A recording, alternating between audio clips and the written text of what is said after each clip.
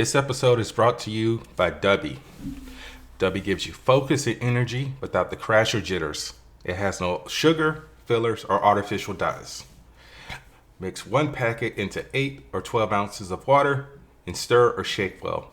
Some powderiness is normal. It's all the important vitamins. Drink and go conquer a task. Use promo code Angry Blerd 10 at checkout to save 10% on your order at dubby.gg.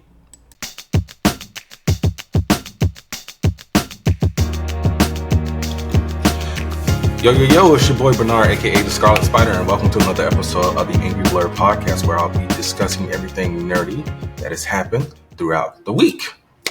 And one of the things that happened throughout the week will be my review of Madam Web, so stick around for that. All right, so it looks like Disney is starting to slowly back out of the physical media game because they are no longer going to be producing their own Blu-rays and DVDs.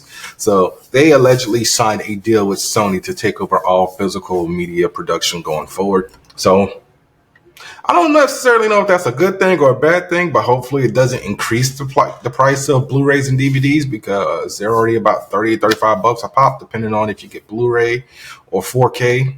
I think DVDs are $20. I don't know. I don't buy DVDs anymore because, don't have. I have a DVD player, but I have something that plays above, 480 resolution. So, we'll see how that goes whenever they start coming out. So, what will be the first? Are there any Disney movies that are currently getting ready to come out? I guess Deadpool and Wolverine might be the first one that they do, but who knows?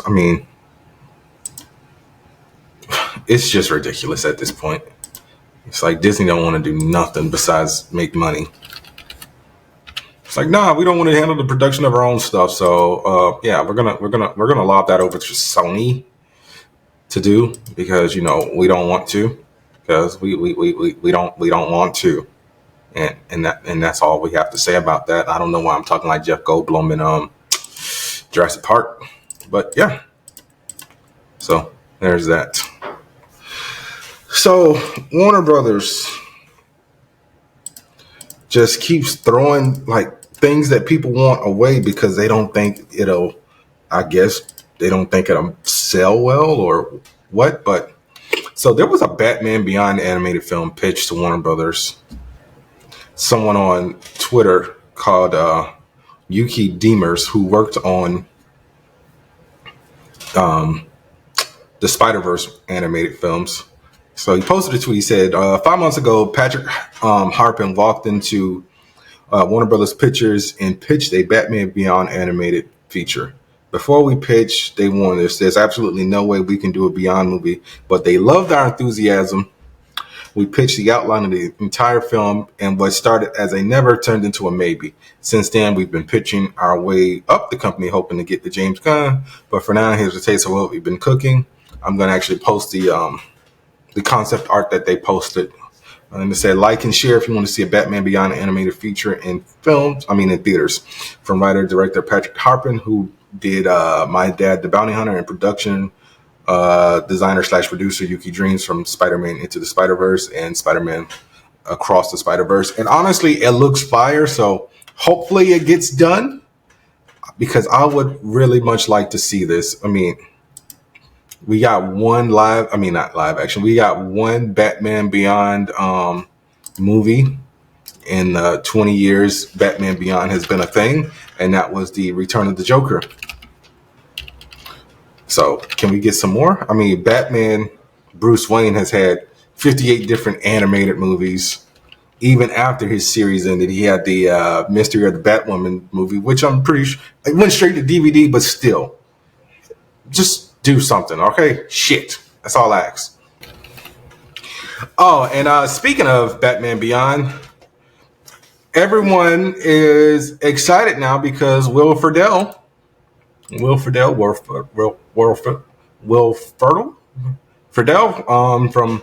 Boy Meets World, he played Eric Matthews, will be reprising his voice as Terry McGinnis in Justice League Crisis on Infinite Earths Part 2.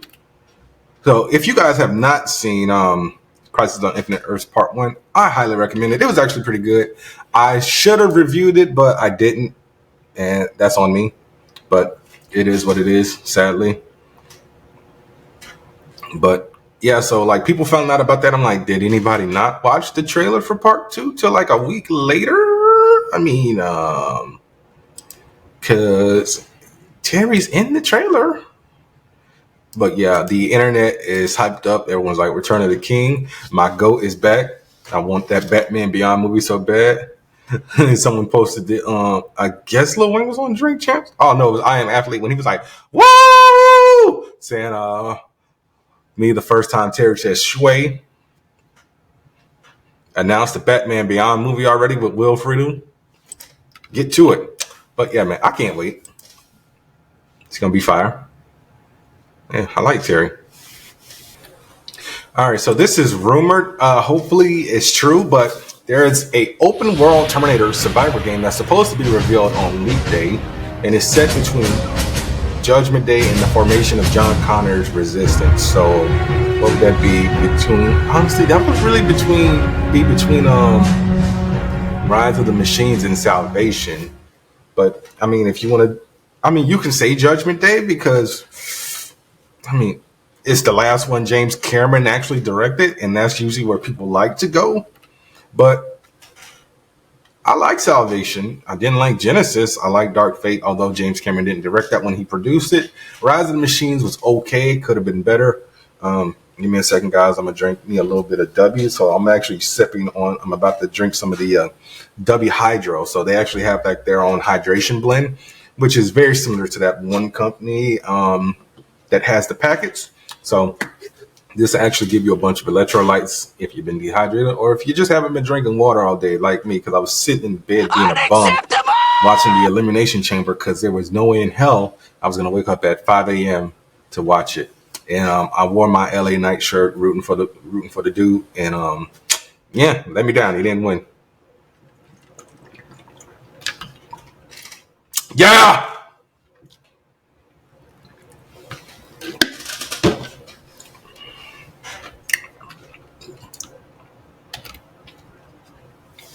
But so when they say open world, I want this to be very similar to like the vein of like maybe a Final Fantasy. I don't know. I don't want it to be too super RPG, like over the head, building forts and whatnot. But someone said, oh man, I can't wait for this. The Terminator franchise needs to come back in a way that will dominate. I love Dark Fate, but I get why people didn't. But yeah, I mean, when it comes out, it comes out. Shoot, if it comes out. Speaking of video games, not necessarily video games, but the actor was in video games. So Cameron Monaghan, who portrays Cal Kestis in the Star Wars Jedi games, so Jedi Fallen Order and Jedi Survivor, said he would love to portray Cal in a live-action Star Wars project. And he said it would have to be right. It has to continue the story or the character in some way. I just don't want him to show up and just stand around and be there. So I get that because sometimes, they be bringing video game characters in just for fan service and they don't be doing nothing like pivotal to the plot of the movie whatsoever. It's just like stop with the lowbrow Easter eggs and just put some effort into it. But I would love to see Cameron Monaghan in a live action Star Wars project. Shout out to Ian from Shameless. Sorry if you guys can hear my washing machine in the background, but like I said, I was being lazy today and just sitting in bed watching the Elimination Chamber. Unacceptable! All right. James Gunn, who we know is spearheading everything Warner Brothers / DC related, says he wants Phil Lord and Chris Miller to work on a DC project. So for those of you who don't know who Phil Lord and Chris Miller are, they are the producers. Oh, shit. They are the producers of the Spider-Verse movies. They also worked on 21 Jump Street, 22 Jump Street, The Last Man on Earth, so on and so forth. So somebody asked them on Threads, since you love Into the Spider-Verse, would you love to have Lord and Miller work with you on any DC project? He said, yeah, I saw him yesterday, and he said he should have asked. So I mean, let them do it. Shit, they're good at live action. They're good at animation. They're good at comedy. As a matter of fact, let's go on a deep dive of their filmography, shall we? All right. Pop this open. Phil Lord, Chris Miller, Lord and Miller. All right, here we go. All right, you guys ready? They wrote Extreme Movie, so they got to take an L for that one. Wrote and directed Cloudy with a Chance of Meatballs.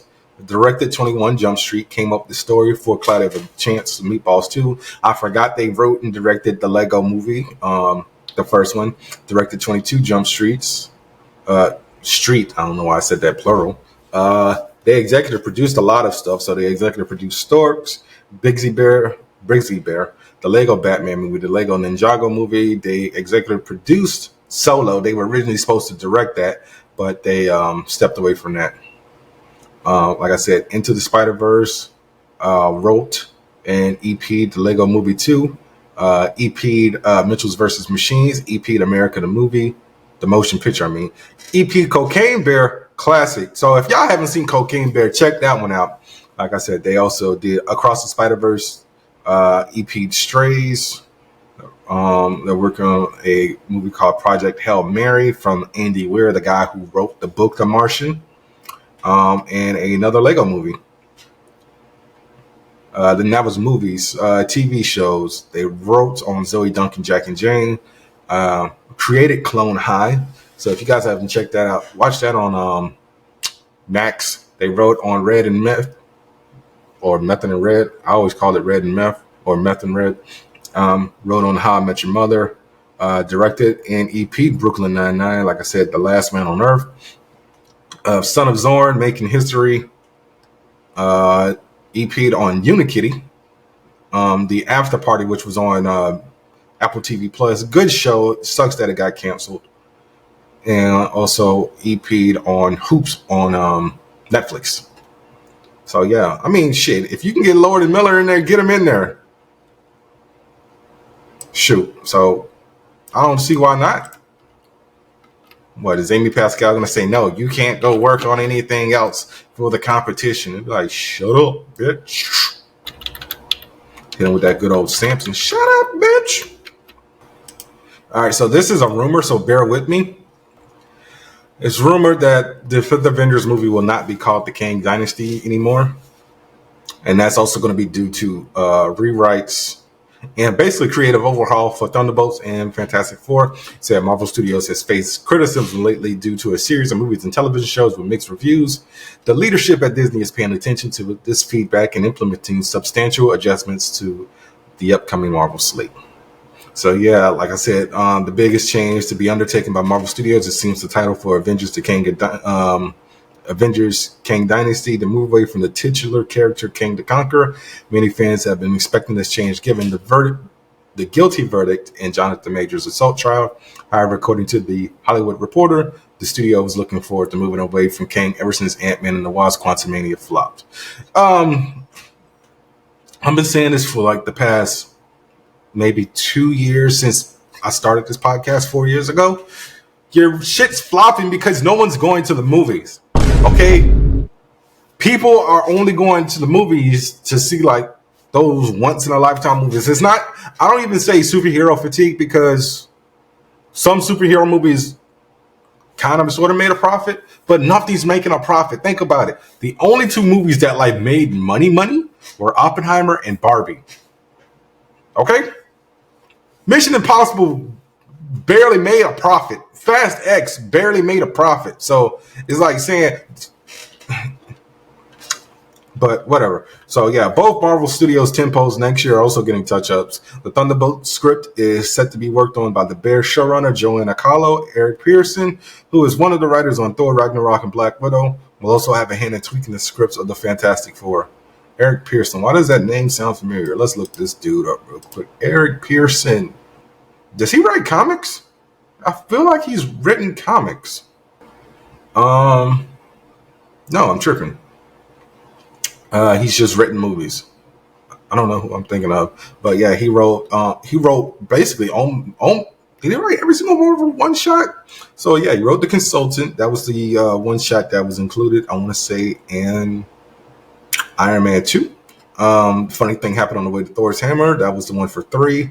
For Thor. Item 47 is the aftermath of the Avengers first movie, and Agent Carter was also one of the one shots. But he wrote Thor Ragnarok, Godzilla vs. Kong, Black Widow, Thunderbolts, and Fantastic Four. Uncredited rewrites Ant-Man, Spider-Man Homecoming, Pacific Rim Uprising, Avengers Infinity War, Endgame, and Detective Pikachu. And he also wrote 8 episodes of Agent Carter.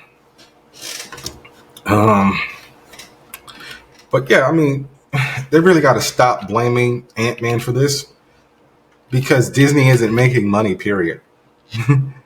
Sony isn't making money. Like, the Spider-Verse movies are good, but they more or less break even. I don't know why. All right, let me see if I got any more MCU news while I'm talking about Avengers stuff. Well, Marvel stuff. Nah. Apparently, David Tennant said he wants to return to the MCU as Kilgrave, aka Purple Man, but how you gonna do that? Your neck got snapped. I just rewatched season 1 of Jessica Jones, so yeah, there ain't no coming back. As 1010 would say in The Crow. Yeah, guys, it's been a slow news week, so bear with me. Give me a heads up. I did not review. I did not watch Avatar: The Last Airbender, so there will not be any review for that. Sorry. Yeah, I'm not seeing any more Marvel news, but David Zaslav said that the Harry Potter TV series will be aiming for a debut on HBO sometime in 2026. He also said, "We couldn't be more excited about what's ahead. We can't wait to share a decade of new stories with fans around the world on Max." So, got no problem with that. But if y'all don't try to put as much shit from the book in this series as possible, y'all will lose me after the first season, because it's not that hard to adapt the book for TV. I mean, you did it with Game of Thrones. Yeah, that kind of fell through like towards the end, but that's also because J.J.R. Martin still hasn't finished the last book. But I definitely need to go get those books out of storage and go back and rewatch those. And I'm lying to myself, because your boy already has a hard enough time finishing the books he started. Like, I still haven't finished MCU, the reign of Marvel Studios. Haven't started Jada Pinkett's book. Haven't even started Matthew Perry's book or Jamie Foxx's book. So, yeah, I'm behind on books. Leave me alone. The cast of Superman Legacy had their first table read a few days ago, so we got a full photo with all of them. And apparently Nicholas Hoult has already shaved his head, so he's getting ready to get into his Lex Luthor role. So here's we'll be posting the photo right here. We also got confirmation that Terrence Rosemore will be playing Lex Luthor's right-hand man / goon, known as Otis. Apparently Terrence Rosemore was in Guardians of the Galaxy. So, Volume 3. I don't know who he played. He was just like one of the random people. I don't think I've ever seen him in anything besides Guardians 3, but like I said, I didn't even know who he was. Let's look him up real quick. Damn, he even got a Wikipedia? All right, let's go to IMDb. 5 minutes later. He was in a Haunted Mansion, Atlanta, Outer Banks. He said Guardians 3, Winning Time, The Suicide Squad, P-Valley. Okay, so he's been in a few things that I've seen, but, they're all James Gunn franchises. So, hey, that's what you do. You put your friends on, and, you keep them working. Think about it. You think Nathan Fillion would be where he is now if it wasn't for James Gunn? Possibly, maybe not. Who knows? But, there's a possibility that he wouldn't be, so it is what it is. All right, let's get to the rest of my news. So, an anime I never gave two flying shits about, and more than likely will not watch this live action film because live action anime just don't work.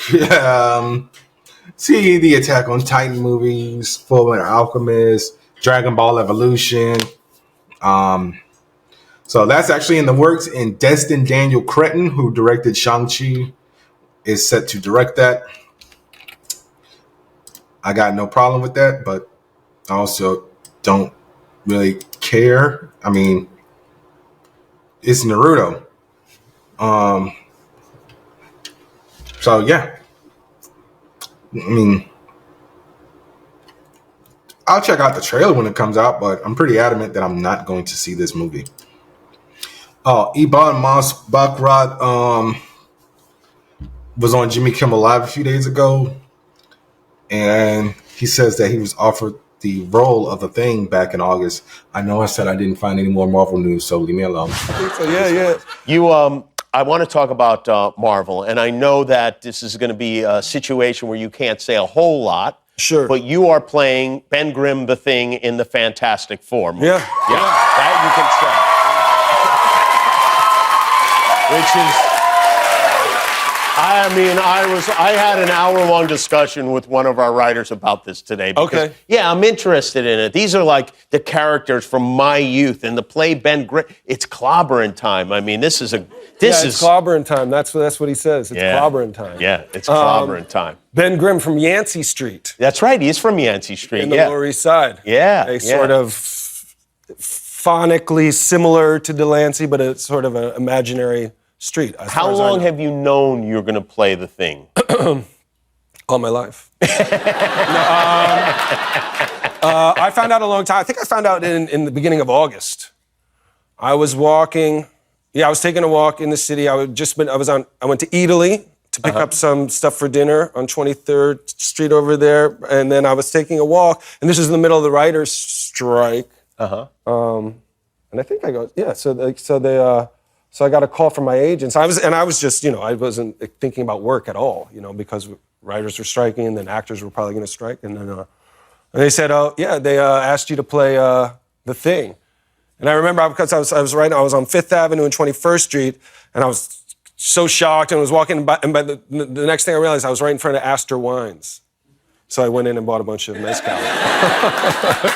Have you been fitted for your rocks yet? Or will this be like a CGI thing like the Hulk in the Marvel movies? I don't think it's the suit. Yeah, apparently, I think in the past they've done a suit. Michael Chiklis wore a suit. Apparently the suit was really uncomfortable. Yeah, suits. And we're past that, I think. It's a little kind of cosplay, kind of, it's a little amateur, that stuff now with the technology we have. So yeah, I think it's mostly performance capture. I think that's what motion capture, performance capture. Will it be set in the 60s? As when they posted this Happy Valentine's Day announcement, it seems to be 60s themed. Yeah. You can't say? It does. That image does seem to be 60s themed. Do you know the details of the film itself? I have read it. Oh, wow, that's awesome. Yeah. Pedro Pascal will be playing Mr. Fantastic. Vanessa Kirby is the Invisible Woman.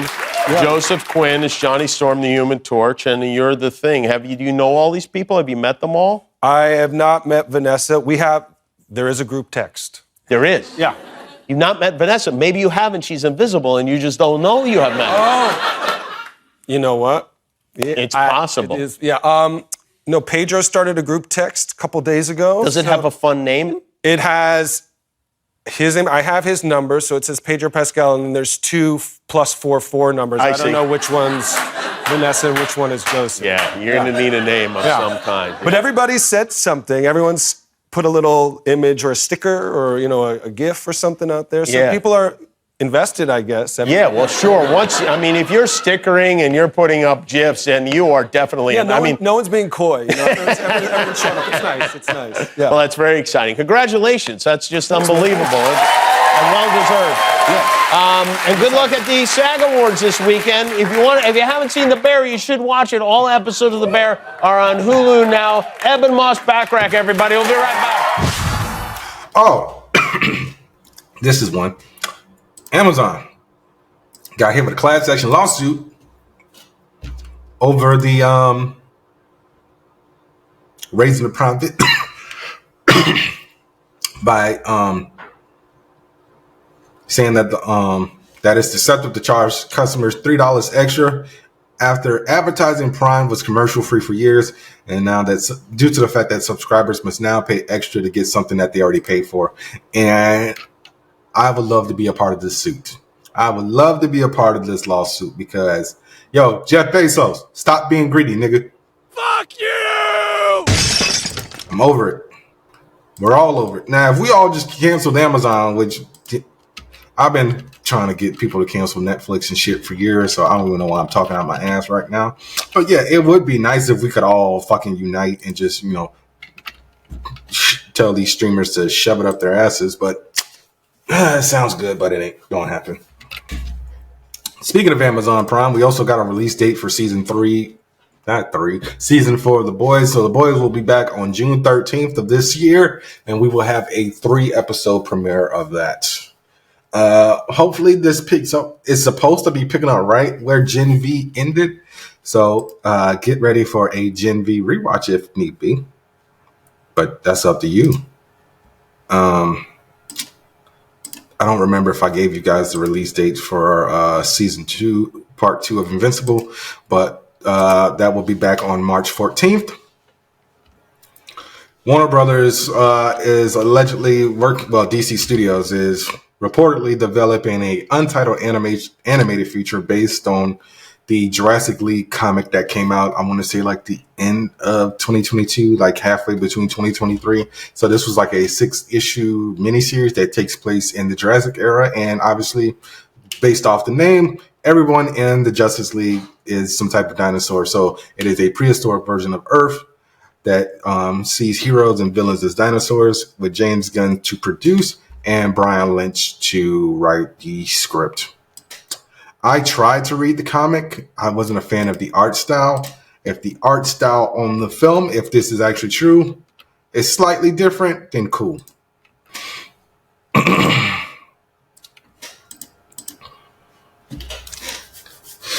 All right, I think I got one more story in me before.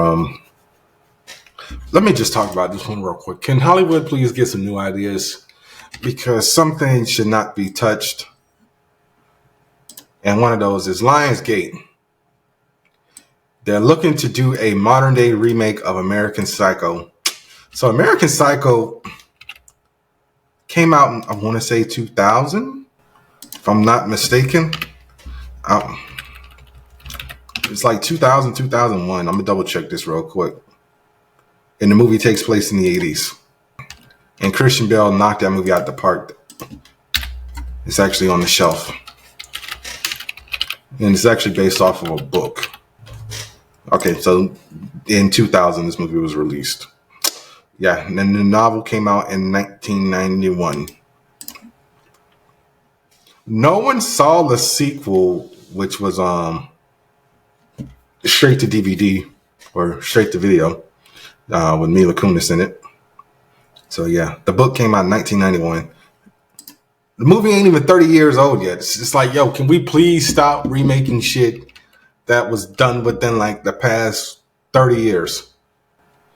And I'm just like, why? Okay, this is such a good movie. This is why I'm glad that we will never get a Back to the Future remake. Some things don't need to be touched. And that's one of them. And I'm talking about American Psycho. All right, let's get into a few small stories based around Madam Web, because that's going to lead into my review.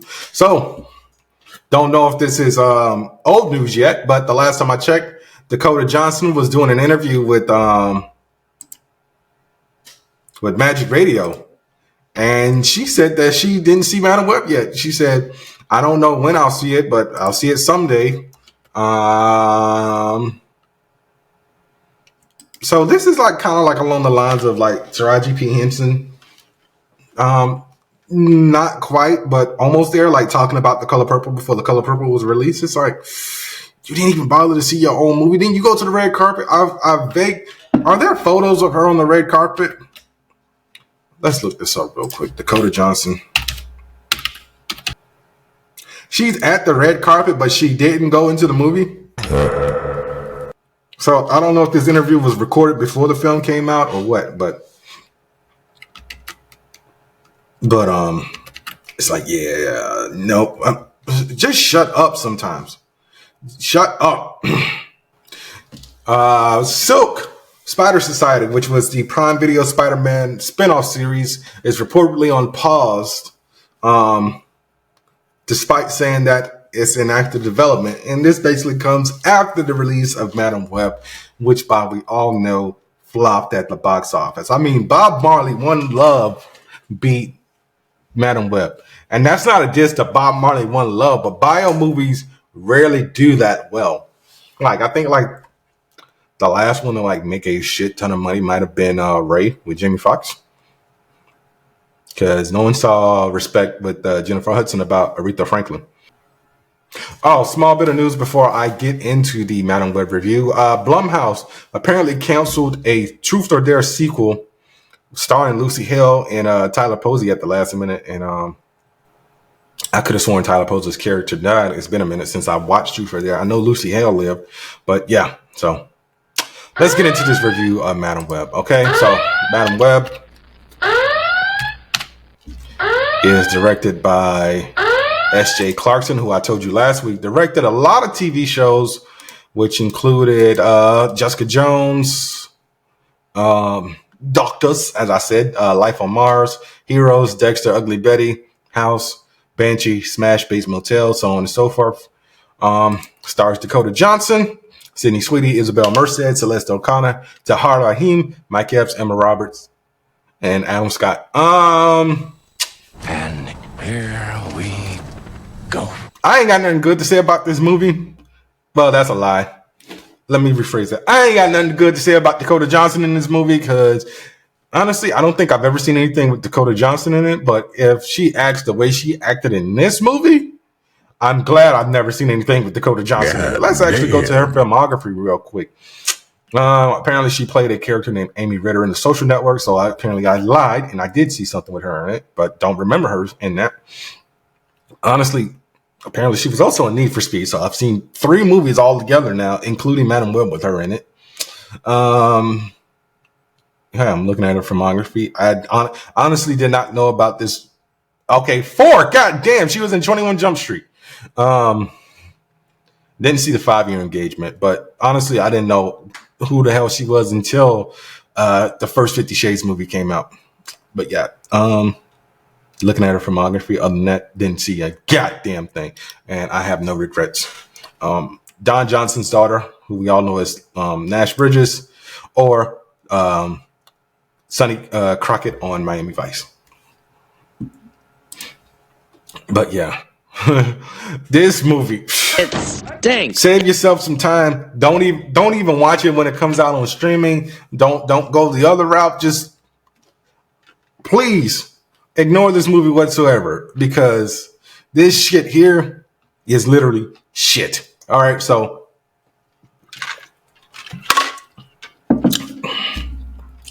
the movie starts in the 70s with the research team led by Ezekiel Sims. That's the motherfucker in the spider suit who you see in the trailers.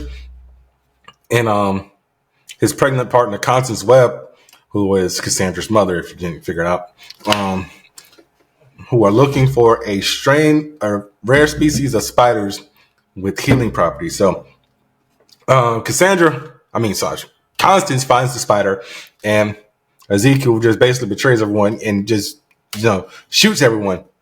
I don't know who the fuck edited this movie, but during that scene, it's Constance, Ezekiel, and 2 other researchers. Ezekiel shoots the 2 researchers and points the gun to Constance, but they flip the camera around to Ezekiel, and you see somebody else run. So did one of the people who got shot got up and ran, or was there somebody else in the tent, or what? But that's me nitpicking. So Constance and Ezekiel fight over the spider. Ezekiel accidentally shoots Constance. But bro, they basically gave Cassandra Webb the goddamn Blade origin, okay? So her mother's dying in the middle of childbirth. the spider bites her, and now Cassie got powers. Sounds familiar? Does it? All right. So we jump forward to 2003, where Cassie is Cassandra, or as she likes to be known as. Cassie is a paramedic, and her partner is none other than Ben Parker, because you got to figure out a way to get Spider-Man into this somehow. And they actually save somebody and on a call, and she gets slammed into a car that falls off of a bridge, and she dies for like 8 minutes, and then that's all of a sudden when she starts to, her powers start to kick in, her premonition powers. So yeah, that's like 20 minutes into the movie already. And she comes across all three of the girls in some way, shape, or form. So when they're heading back to the hospital, they come across Maddie Franklin, who is crossing the street, and she gets flipped off. One of the people that she saves later on is Julia's stepmother. And Anya lives in her apartment building. So she starts getting flashes of Ezekiel killing these three girls when she's getting ready to take the subway to Mike Epps' funeral, because she had a premonition of him dying and just said, oh, I still don't know what's going on, so we got to kill the black guy. And Mike Epps dies. So Mike Epps is in the movie for all of 10 minutes. But yeah, so she sees Julia, Anya, and Maddie's deaths. So she kind of prevents their deaths, but she's also starts having other premonitions of things that will happen unless they figure out a way to change it. So they go out into the woods where there's no cameras or anything. She tries to tell them that she can see the future. A few of them are doubtful. She's like, yo, chill here. I'm going to be back in a few hours. And then she starts going through her mom's stuff and remembers that the guy she saw on the train is also in one of the photos with the mom, and she starts to put two and two together. And she's like, oh, guys, I got to go to Peru for like a week. So I'm going to leave y'all with this guy named Ben, and I'm going to just be back when I be back. And one of the things that I hated about this movie, I hate when people just tiptoe around stuff for no reason whatsoever. So in the scene where we meet Mike Epps, it's at a cookout. And Emma Roberts is there, and she's playing Mary Parker. Richard Parker is not there. I think they said he was in Africa or something. I can't remember. But she is about 9 months pregnant. And they play some baby shower games, like guess the name of the baby. And no one guesses the name, but as soon as she gets ready to say, oh, we're naming him Peter, like a balloon burst. And it's just like, yo, that happened, right? So we're just going to act like this ain't Peter Parker mama, but whatever. So while Cassie's in the Peruvian forest discovering her origins because she has mommy issues, they basically hit us with a Doctor Strange where one of the spider people who tried to save her mother tells her who she is and everything. She starts getting these impressionist flashbacks of her mother at the doctor before she's born, like saying, oh, your baby has a type of disease. And she's like, wait, I don't have a neurological disease. And the reason why you don't have a neurological disease is because your mother was looking for this rare spider, and the spider bit your mother before, she gave birth to you. So that's why you can walk. So she finally has a hold on her powers, and she gets ready to go back to New York. Mary is getting ready to have Peter. So Ben says, hey, let's get in the car and drive to the hospital. And I left out this part. Ezekiel slept with an NSA agent to basically get her hands on some Eagle Eye type technology. And so that's why he's able to constantly find the girls, because he's got access to every single fucking camera in New York. And so he spots them on the way to the hospital, and Cassie's basically back in New York, goes to Ben's house, see that going, gets a premonition of Ezekiel in his all black spider suit, blowing up everyone. So Ben, Mary, Julia, Anya, and Maddie. And so she prevents that by stealing the ambulance that was at Ben's house and hitting Ezekiel with it. And then they go into an abandoned fireworks factory because it's dangerous. And they stopped Ezekiel, but in the process, Cassandra gets blinded and somehow paralyzed, which I didn't catch how that happened. I got the blinding because she took a fireboard to the face. And oh yeah, none of the girls get their fucking powers in this movie. It's all through dreams and premonitions and shit. So yeah, don't go see this movie, y'all. On a scale of 1 to 10, it's a -10. Absolute straight up garbage.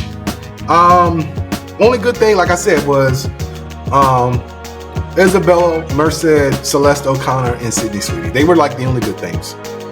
Tahir Rahim, who's playing Ezekiel. Once again, wow, we got somebody who isn't the race of the character playing the character, and he's got such a thick accent, and there's some bad like ADR work going on. And they actually used a shot from Spider-Man 2 that I'm actually going to post on the social media because I'm like, just lazy editing all around. So yeah, guys, that's it for now. This is your boy Bernard, aka the Scarlet Spider, and that was another episode of the Angry Blerd podcast. Be sure to rate, review, subscribe, tell a friend to tell a friend. Go to w.gg and use my promo code AngryBlerd10 at checkout to save 10% on your order. And I will see y'all next week, and hopefully there's some more news. Peace.